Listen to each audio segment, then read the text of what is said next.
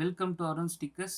இந்த சேனலில் வீடியோ போட்டு ரொம்ப நாள் ஆச்சு. இன்றைக்கி நாம் என்ன பார்க்க போகிறோம் அப்படின்னா, ஃப்ளெக்ஸி சைன்லேருந்து எப்படி கட்டிங் கொடுக்குறது அப்படிங்கிறத பார்க்க போகிறோம். Not only field work, software சம்மந்தமான விஷயங்களும் சொல்லித்தரேன். அதுக்காக தான் இந்த சேனலில் இப்போ இந்த வீடியோ போடுறேன். இந்த வீடியோ வந்து இந்த இந்த சேனலில் வீடியோ போட்டு ரொம்ப நாள் ஆச்சு. இந்த சேனலை நான் மறந்துட்டேன். ஆக்சுவலாக வீடியோ போட்டதே மறந்துட்டேன். இன்னொரு சேனலில் ஆரம்பிச்சிருக்கோம். ஃபுல் அண்ட் ஃபுல் டிசைனிங்காக ஃபோட்டோஷாப், கொரல்ட்ரா சம்மந்தமான எல்லா விஷயமும் அதில் சொல்லித்தரோம். அதில் போய் அந்த நாலேஜும் எடுத்துக்கோங்க. கோரல்ட்ராவில் இருக்க நாலேஜ் வந்து ஃப்ளெக்ஸி சைனுக்கு ரொம்பவே தேவைப்படும். நிறையா டிசைன்ஸ் வந்து கோரல்ட்ராவில் வரைஞ்சி ஃப்ளெக்ஸி சைனுக்கு இம்போர்ட் பண்ணுவோம். கஸ்டமர்ஸ் நிறைய பேர் கோரல்ட்ராவில் வரைஞ்சி கொண்டு வருவாங்க. அதை நம்ம இம்போர்ட் பண்ண வேண்டியிருக்கும். ஸோ கோரல்ட்ராவும் கற்றுக்கோங்க, ஃப்ளெக்ஸி சைனும் கற்றுக்கோங்க. ரெண்டுமே உங்களுக்கு யூஸ்ஃபுல்லாக இருக்கும். இப்போது இன்றைக்கி என்ன பார்க்க போகிறோம் அப்படின்னா, ஒரு டெக்ஸ்ட்டை டைப் பண்ணி எப்படி கட்டிங் கொடுக்குறது அப்படிங்கிறத பார்க்க போகிறோம். இப்போ நான் வந்து டெக்ஸ்ட் டூல் செலக்ட் பண்ணிக்கிறேன். டெக்ஸ்ட் டூல் வந்து இந்த சைடு ரோவில் ரெண்டாவதாக இருக்கும் டெக்ஸ்ட் டூலுங்கிறது. நீங்கள் அந்த டெக்ஸ்ட் டூலை கிளிக் பண்ணி நீங்கள் ஏதோ ஒரு டெக்ஸ்ட் டைப் பண்ணிவிட்டு ARUNSTICKERS அப்படின்னு கொடுத்துட்டு கண்ட்ரோல் I கொடுத்தீங்கன்னா இந்த பக்கம் டிசைன் சென்ட்ரல் அப்படிங்கிற ஒரு டேப் ஓப்பன் ஆகும். அந்த டேப்பில் தான் வந்து இதுக்குண்டான செட்டிங்ஸ் எல்லாம் நம்ம கொடுக்க போகிறோம். இந்த டெக்ஸ்ட்டுக்கு உண்டான செட்டிங்ஸ் எல்லாம் அதில் தான் கொடுக்க போகிறோம். அதில் போயிட்டு இந்த A அப்படிங்கிறத செலக்ட் பண்ணிங்கன்னா நீங்கள் வந்து ஃபாண்ட் மாற்றிக்கலாம். ஃபாண்ட் அதில் மாற்ற முடியும். ஃபாண்ட்டோட சைஸ் அதெல்லாம் வந்து ப்ரொபோர்ஷனேட்டாக அட்ஜஸ்ட் பண்ணிக்கலாம். இதில் ப்ரொபோர்ஷனேட்டாவோ இல்லை இண்டிவிஜுவலாக ஹைட்டு வித்து இதெல்லாம் வந்து நீங்கள் அட்ஜஸ்ட் பண்ணிக்கலாம். இட்டாலிக் பண்ணுறது அப்படிங்கிறதும் சரியாக தெரியலனா அட்ஜஸ்ட் பண்ணிங்கன்னா இட்டாலிக் ஆகும். இது வந்து நேமுக்கு இடையில இருக்க ஸ்பேஸை வந்து ஜாஸ்தி பண்ணும், கம்மி பண்ணும். ஒவ்வொரு எழுத்துக்கு இடையில இருக்கக்கூடிய ஸ்பேஸை வந்து ஜாஸ்தி பண்ணும், கம்மி பண்ணும். இது வந்து ஒரு குறிப்பிட்ட இதை மட்டும் மேலே அப்படியே தூக்கிறதுக்கு வந்து யூஸ் ஆகும். இப்போது இந்த பாயிண்டில் வந்து கிளிக் பண்ணிவிட்டு இந்த ஐக்கு பக்கத்தில் இருக்கு இல்லையா, இந்த பாயிண்ட்டை நான் கிளிக் பண்ணிவிட்டு இது ப்ரெஸ் பண்ணனா அந்த ஐ மட்டும் மேலே போகும். இதனால் என்ன யூஸ்ன்னு கேட்காதீங்க. அது எதுக்கு இருக்குன்னு அதுக்கும் தெரியாது, நம்மளுக்கும் தெரியாது. ஸோ இருக்கிறதுல அவ்வளோதான். அதை வந்து உங்களுக்கு சொல்லி தந்துட்டேன். அடுத்தது வந்து பார்த்திங்கன்னா இந்த ரொட்டேட் டூல் வந்து வழக்கம் போல் ரொட்டேட் பண்ணுறதுக்கு யூஸ் பண்ணுறோம். அப்புறம் வந்து ஃப்ளிப் டூல், தலைகீழாக ஃப்ளிப் பண்ணுறது, நேராக வச்சுக்கிறது. இந்த இன்னொரு ஃப்ளிப்பு, மிரர் ஃப்ளிப்பு. இந்த மாதிரி இதுலேயும் உங்களுக்கு அந்த சாக்கிற டூல் இருக்குது, அதாவது இட்டாலிக் பண்ணுற டூலு. ஆங்கிள் பொறுத்து நீங்கள் அப்படி மாற்றிக்கலாம். இதில் அதுக்கப்புறம் நேமோட centre alignment, right alignment, left alignment எல்லாமே இதுலேயே வந்துடும். அதுக்குண்டான ஷார்ட்கட்ஸும் அதுலேயே வந்துடும், பார்த்தீங்கன்னா தெரியும். இதில் வந்து text right to left type ஆகும். இதை மாற்றினீங்கன்னா லெஃப்ட்லேருந்து ரைட்டு டைப் ஆகும். மேலேருந்து கீழே டைப் பண்ணுறது அந்த மாதிரியான இதெல்லாம் வந்து இதில் வரும். கீழேருந்து மேலே டைப் பண்ணிட்டு போகும். அடுத்த லைன் வந்து இதில் கிளிக் பண்ணிட்டீங்க அப்படின்னா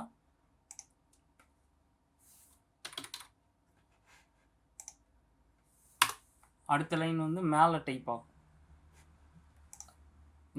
இந்த ஆப்ஷன் ஆக்சுவலாக இந்த ஆப்ஷன் அடுத்த லைன் வந்து மேலே டைப் ஆகும். அதுவே இதை கிளிக் பண்ணிங்க அப்படின்னா அடுத்த லைன் வந்து கீழே டைப் ஆகும். இதுதான் இந்த டூலோட வேலை.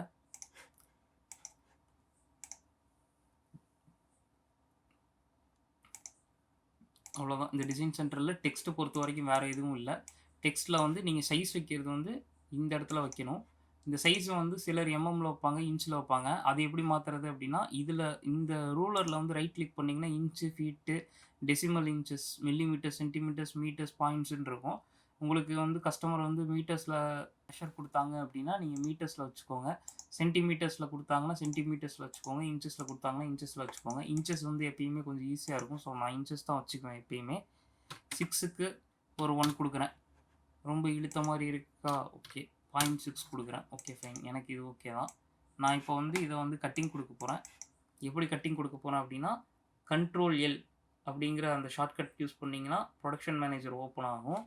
இல்லை அப்படின்னா மேலே இருக்க இந்த பாரில் இந்த பாரில் இந்த இடத்துல கட் பிளாட் அப்படின்னு சொல்லிட்டு ஒரு சைன் இருக்கும். பிரிண்டர் சைன் பக்கத்தில் கட் பிளாட்னு ஒரு சின்ன பிளேடோட சைன் இருக்கும்.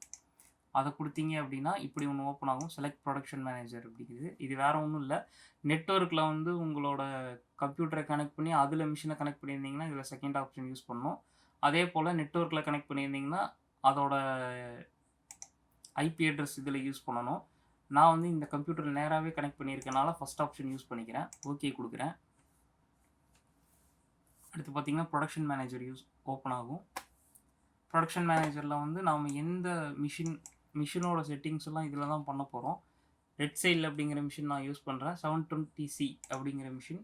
அந்த வினைல் கட்டர்ஸில் கலர் பிரிண்டர்ஸில் இருக்கும். எல்லோரும் ஃபஸ்ட் டைம் ஓப்பன் பண்ணும்போது அதை வினைல் கட்டருக்கு மாற்றிக்கோங்க. வினைல் கட்டர்ஸ்க்கு மாற்றிட்டு நீங்கள் வந்து ரெட் சைல் அப்படிங்கிற அந்த நான் வந்து ரெட் சைலுங்கிறது செலக்ட் பண்ணிக்கிறேன். கிராஃப்டெக் வச்சுருக்கவங்க மேக்ஸிமம் வந்து கிராஃப்டெக்ஸ் நிறைய பேர் வச்சுருப்பீங்க. ஸோ கிராஃப்டெக்ஸ் செலக்ட் பண்ணிக்கோங்க. அதில் உங்களுக்கு எந்த மிஷின் இருக்கோ அந்த மிஷின் செலக்ட் பண்ணிக்கலாம். புதுசாக அந்த மிஷினோட டிரைவர்ஸ் இருக்காது, அந்த டிரைவர்ஸ் வாங்கி இன்ஸ்டால் பண்ணிங்கன்னா இந்த இடத்துல ஷோ பண்ணும். நான் இப்போ வந்து ரெட் சைலோட டிரைவர் போட்டு வச்சுருக்கேன். ஸோ அந்த வீடியோ டுட்டோரியல்லாம் வந்து வருங்காலத்தில் வருது, அது பார்த்துக்கோங்க. நான் இப்போ வந்து COM4ல் வந்து என்னோடய மிஷினை கனெக்ட் பண்ணியிருக்கேன். ஸோ COM4 செலக்ட் பண்ணிக்கிறேன். மற்ற செட்டிங்ஸ் எல்லாம் அப்படியே விட்டுறேன். எல்லாமே கரெக்டாக தான் இருக்குது. அவ்வளோதான், ஃபினிஷ் கொடுத்துட்டேன். ஃபினிஷ் கொடுத்தோனையுமே வந்து நான் ஆல்ரெடி கொடுத்த ஜாப்ஸ்லாம் வருது. ஓகே ஃபைன், அதெல்லாம் வந்து அப்படியே விட்டுறலாம். இப்போ நான் வந்து இதில் இந்த ப்ரொடக்ஷன் மேனேஜரில் என்னென்ன பார்க்கணும் அப்படின்னு பார்த்தீங்கன்னா, கட் பிளாட் அப்படிங்கிற இந்த டயலாக் பாக்ஸில்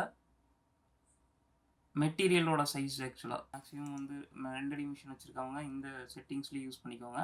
ஆனால் லென்த் வந்து 160 இன்ச்சுக்கு மேலே போகாது. லென்த்து விடுறீங்க இல்லையா, அகலம் வந்து 24 இன்ச்சும் நீளம் வந்து 160 இன்ச்சுக்கு மேலே போகாது. ஸோ யூசர் டிஃபைனில் வச்சுக்கிட்டிங்கன்னா உங்களுக்கு ஈஸியாக இருக்கும். நான் 160 இன்ச்சுக்கு மேலே கட் பண்ண மாட்டேன், ஏன்னா வந்து நிறைய கிராஸ் அடிக்கும். அதனால் கீழே இருக்கிறத வந்து சென்னை உள்ள வச்சுக்கலாம்.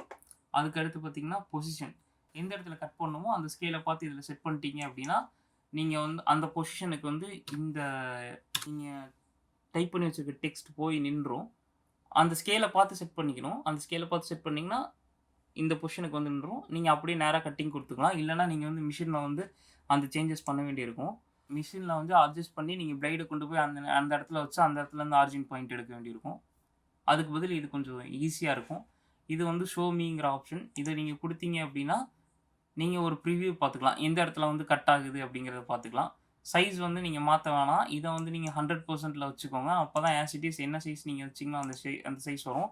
இதுவே வந்து உங்களுக்கு இன்னொரு காப்பி வேணும் அப்படின்னா அதுலேயே வந்து நீங்கள் காப்பீஸ் வந்து அட்ஜஸ்ட் பண்ணிக்கலாம். எனக்கு ஒரு காப்பி போதும், அதனால் நான் ஒன்று மட்டும் அட்ஜஸ்ட் பண்ணிக்கிறேன். அடுத்து வந்து பார்த்தீங்கன்னா சென்டரிங். நீங்கள் வந்து மீடியாவுக்கு சென்டரில் வைக்கிறீங்களா, மீடியாவுக்கு சைடில் வைக்கிறீங்களா, ரைட்லேருந்து ஸ்டார்ட் பண்ணுறீங்களா, லெஃப்ட்லேருந்து ஸ்டார்ட் பண்ணுறீங்களா அப்படிங்கிறது இதில் அட்ஜஸ்ட் பண்ணிக்கலாம். இது வந்து அப்படின்னா இதை வந்து லென்த்தாக கட்டிங் விடணும், நீளமான வாக்கில் கட்டிங் விடணும் அப்படின்னா இந்த ஆப்ஷன் யூஸ் பண்ணிக்கலாம். இந்த ஆப்ஷன் யூஸ் பண்ணி மாற்றிக்கலாம். ரிவர்ஸு அந்த மாதிரி எப்படி உங்களுக்கு தோணுதோ அந்த மாதிரி நீங்கள் கட் பண்ணிக்கலாம். இது வந்து மிரர் வழக்கம் போல் திரும்பவும் அதே செட்டிங்ஸ் தான், ரொம்ப பெரிய இதெல்லாம் இருக்காது. இதில் சேஞ்சஸ்லாம் நீங்கள் பண்ண வேண்டாம். இதில் வந்து வீட் பார்டர் கொடுத்தீங்கன்னா கடைசியாக உங்களோட டெக்ஸ்ட்டை கட் பண்ணி முடிச்சுட்டு ஒரு ரவுண்டு கட் பண்ணும், அதோட மார்ஜின் இது.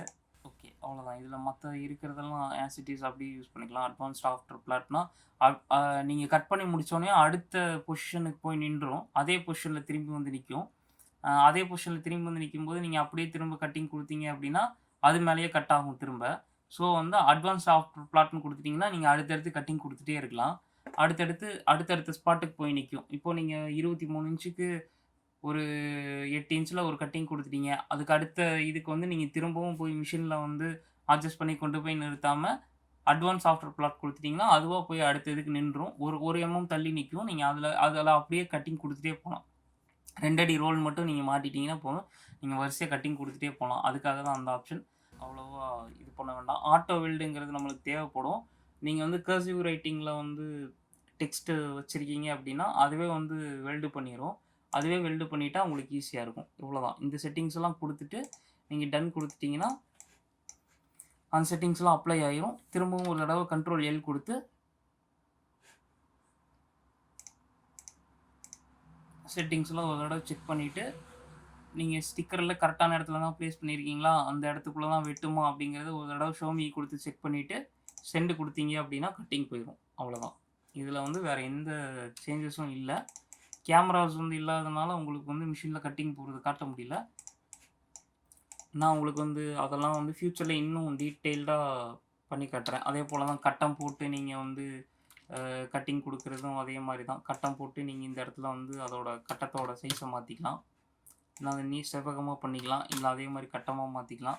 எட்ஜஸ் ரவுண்ட் பண்ணுறது வந்து இந்த கட்டத்தோட எட்ஜஸ்லாம் ரவுண்ட் பண்ணணும் அப்படின்னா இதில் அட்ஜஸ்ட் பண்ணிங்க அப்படின்னா ரவுண்ட் ஆகும். இதெல்லாம் நீங்கள் பேசிக்காக யூஸ் பண்ணுறது.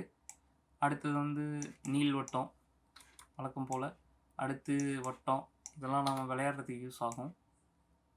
அப்பப்போ போர் அடிச்சா இங்கே இதுக்குள்ளே வந்து இப்படி கட்டம் போட்டு ஸ்டார் போட்டு பாலிகன்லாம் போட்டு விளாட்லாம்.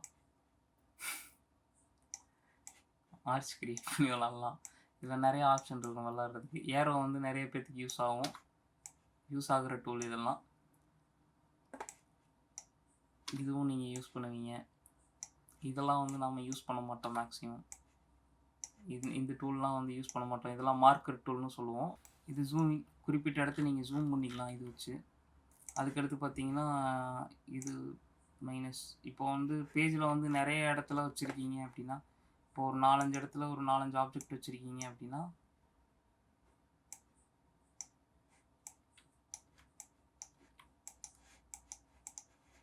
இப்போ நீங்கள் இந்த இடத்துல ஜூம் இன்ல இருக்கீங்க அப்படின்னா இந்த இடத்துல வந்து ஜூம் பண்ணி நீங்கள் ஒர்க் பண்ணிட்டீங்க. இப்போ வந்து எல்லாத்தையுமே பார்க்கணும் அப்படின்னா, எல்லா ஆப்ஜெக்ட்டையும் பார்க்கணும் அப்படின்னா நீங்கள் இதை கிளிக் பண்ணிங்கன்னா எல்லா ஆப்ஜெக்ட்டையும் பார்த்துக்கலாம். பேஜுக்குள்ளே இருக்க ஆப்ஜெக்ட் மட்டும் பார்க்கணுன்னா இதை கிளிக் பண்ணிங்கன்னா பேஜுக்குள்ளே இருக்க ஆப்ஜெக்ட் மட்டும் பார்த்துக்கலாம். இதையும் கிளிக் பண்ணிங்கன்னா இங்கே இருக்க எல்லா ஆப்ஜெக்ட்டையும் ஷிஃப்ட் ஆகும். இது வந்து ஹேண்ட் டூலு. ஹேண்ட் டூல் எதுக்காக அப்படின்னா, இப்போது நீங்கள் இந்த இடத்துல ஜூம் பண்ணி இருக்கீங்க அப்படின்னா ஹேண்ட் டூலை கிளிக் பண்ணிவிட்டு நீங்கள் இப்படி இழுத்துக்கலாம். இழுத்து அந்த இடத்துக்கு போய்க்கலாம். இது வந்து ஸ்பேஸ் பார் அமுத்தி பிடிச்சிங்கனாலும் வரும். இது வந்து வயர்ட் ஃப்ரேமும்பாங்க. அவுட்லைன் மட்டும் தெரியும். திரும்பவும் நீங்கள் அதை வந்து இதாக மாற்றிக்கலாம். அதுக்காக தான் இந்த ஆப்ஷன். இதில் இருக்க செட்டிங்ஸ் மேக்ஸிமம் இவ்வளோ தான் நம்ம யூஸ் பண்ணுவோம். இன்னும் நிறையா இருக்குது. உள்ளே இருக்க செட்டிங்ஸ் எல்லாம் நிறையா இருக்குது. கம்பைன் இருக்குது, வெல்ட் இருக்குது, கம்பைனில் வெல்ட் இருக்குது, ட்ரிம் இருக்குது, அந்த மாதிரியான நிறையா இதெல்லாம் இருக்குது. அடுத்தது பார்த்திங்கன்னா பிட் மேப்பில் வந்து நம்ம வெக்டரைஸ் பண்ணுறது எப்படிங்கிறது, அந்த மாதிரியான விஷயங்கள்லாம் வந்து நம்ம ஃப்யூச்சரில் பார்க்கலாம். ஃப்யூச்சரில் அடுத்தடுத்த வீடியோவில் நான் சொல்கிறேன் உங்களுக்கு. Okay, thank you. இன்றைக்கோட லெசன் முடிஞ்சு அவ்வளோதான்.